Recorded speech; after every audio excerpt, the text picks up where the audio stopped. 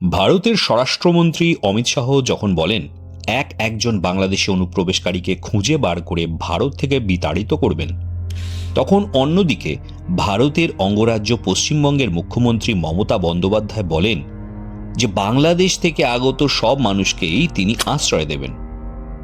অমিত শাহ একদিকে বাংলাদেশিদের তাড়ানোর জন্য মূলত দেশের সম্পদের উপর অবৈধ বিদেশিদের ভাগ বসানোকে দায়ী করে থাকেন, অন্যদিকে মমতা বন্দ্যোপাধ্যায় তার বাংলাদেশিদের আশ্রয়দানের বক্তব্যের সমর্থনে ইউনাইটেড নেশন বা জাতিসংঘের শরণার্থী সংক্রান্ত প্রস্তাবনা বা রেজলিউশনের উল্লেখ করে বলেন যে পার্শ্ববর্তী দেশের শরণার্থীদের আশ্রয় দেওয়া উচিত। যখনই ভারতের অভ্যন্তরে এত বাংলাদেশি অনুপ্রবেশকারী কিভাবে কোন পথে আসে সে সম্পর্কে বিতর্ক উঠে পশ্চিমবঙ্গ ও তার মুখ্যমন্ত্রী এবং শাসক দলকে কাঠগড়ায় দাঁড় করানো হয়, তখন মুখ্যমন্ত্রী তথা শাসক দল বলে থাকে যে সীমান্ত পাহারায় নিযুক্ত বর্ডার সিকিউরিটি ফোর্স বা বিএসএফ হল কেন্দ্রীয় সরকারের অধীনস্থ, আর তাই বিএসএফ এর গাফিলতিতেই পশ্চিমবঙ্গে অনুপ্রবেশ ঘটে। অন্যদিকে অমিত শাহ জোরের সঙ্গে বলেন যে এই অনুপ্রবেশে বিএসএফ নয় বরং মমতা বন্দ্যোপাধ্যায়ের মদত আছে। নিজের বক্তব্যের সপক্ষে তিনি যুক্তি দিয়ে বলেন যে ভারত বাংলাদেশের সীমানায় বিশেষত পশ্চিমবঙ্গের অংশে এক বিস্তীর্ণ অঞ্চল ভৌগোলিকভাবে দুর্গম এবং নদী ও জঙ্গলের মধ্যে দিয়ে গেছে। সেই জায়গা দিয়ে পাকাপাকিভাবে অনুপ্রবেশ রোখা বিএসএফ এর পক্ষে অসম্ভব এবং বাংলাদেশের সাথে যেসব জায়গায় সীমান্ত উন্মুক্ত কোনো কাঁটাতারের বেড়া নেই সেখানেও বিএসএফ এর পক্ষে পুরোপুরি অনুপ্রবেশ রোখা অসম্ভব।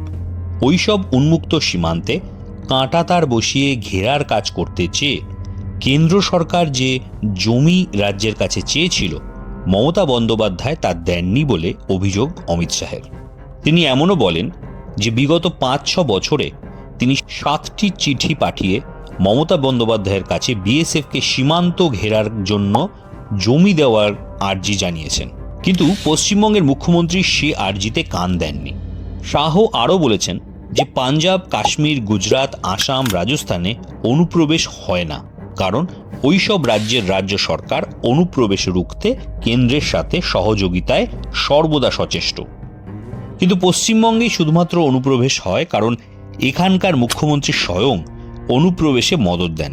অবশ্য অমিত শাহের এই বক্তব্য খণ্ডন করে মমতা ব্যানার্জির পাল্টা প্রশ্ন, শুধু বাংলাতেই যদি অনুপ্রবেশ হয় তবে জম্মু কাশ্মীরের পেহেলগাঁওয়ে হামলা চালানো জঙ্গিরা বা দিল্লিতে মাত্র 2 মাস আগেই হামলা চালানো জঙ্গিরা কোথা থেকে এলো?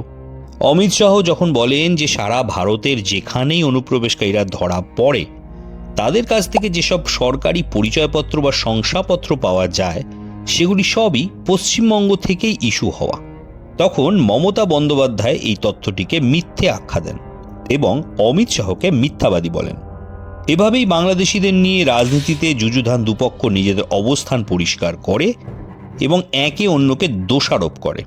রাজনৈতিক আঁকচি চলতেই থাকে আর অনুপ্রবেশের সমস্যাও সেই তিমিরেই থেকে যায়। এখন প্রশ্ন হলো, এ সমস্যার সমাধান কিভাবে সম্ভব? উপায় বাতলেছেন কেন্দ্রীয় স্বরাষ্ট্রমন্ত্রী অমিত শাহ নিজেই। তিনি বলেছেন 2026-এর রাজ্য বিধানসভা নির্বাচনে মমতা বন্দ্যোপাধ্যায়ের নেতৃত্বাধীন তৃণমূল কংগ্রেস ভোট হেরে ক্ষমতাচ্যুত হবে এবং বিজেপি তারপর রাজ্যের ক্ষমতায় এসে কেন্দ্রের সাথে মিলে কাজ করবে বাংলাদেশি অনুপ্রবেশকারী হাঁটানোর জন্য। তবে আসল প্রশ্ন হলো, আদৌ কি 2026-এ বিজেপি পশ্চিমবঙ্গে ক্ষমতায় আসবে? উত্তর অবশ্যই কালের গর্বে। তবে এ বিষয়ে আপনাদের কি মনে হয় তা কমেন্টের মাধ্যমে অবশ্যই জানাবেন। আজকের ভিডিও এখানে শেষ করছি। ভিডিওটি ভালো লাগলে তা অবশ্যই লাইক ও শেয়ার করবেন। দেখা হচ্ছে পরের ভিডিওতে। সুস্থ থাকুন, ভালো থাকুন।